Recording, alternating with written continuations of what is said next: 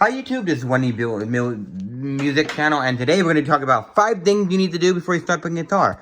So what we do is, you can't plug the amp in and turn it on like this. You gotta leave it like it's plugged in. Now, second of all, you plug this cord in the back of there and then to the side there.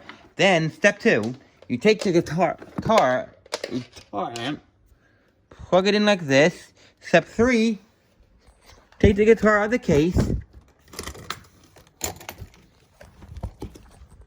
And whatever else you need, paper and or picks.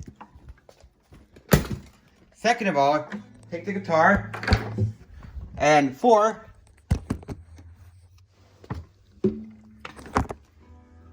take the guitar, plug it in. Second of all, turn it on. And last, on. So like the video, subscribe to that channel if you're new. This is 5 steps you need to do, what you should do when you turn on the amp. Once again, subscribe to the channel, hit the like button, hit the subscribe button, put a notification bell on.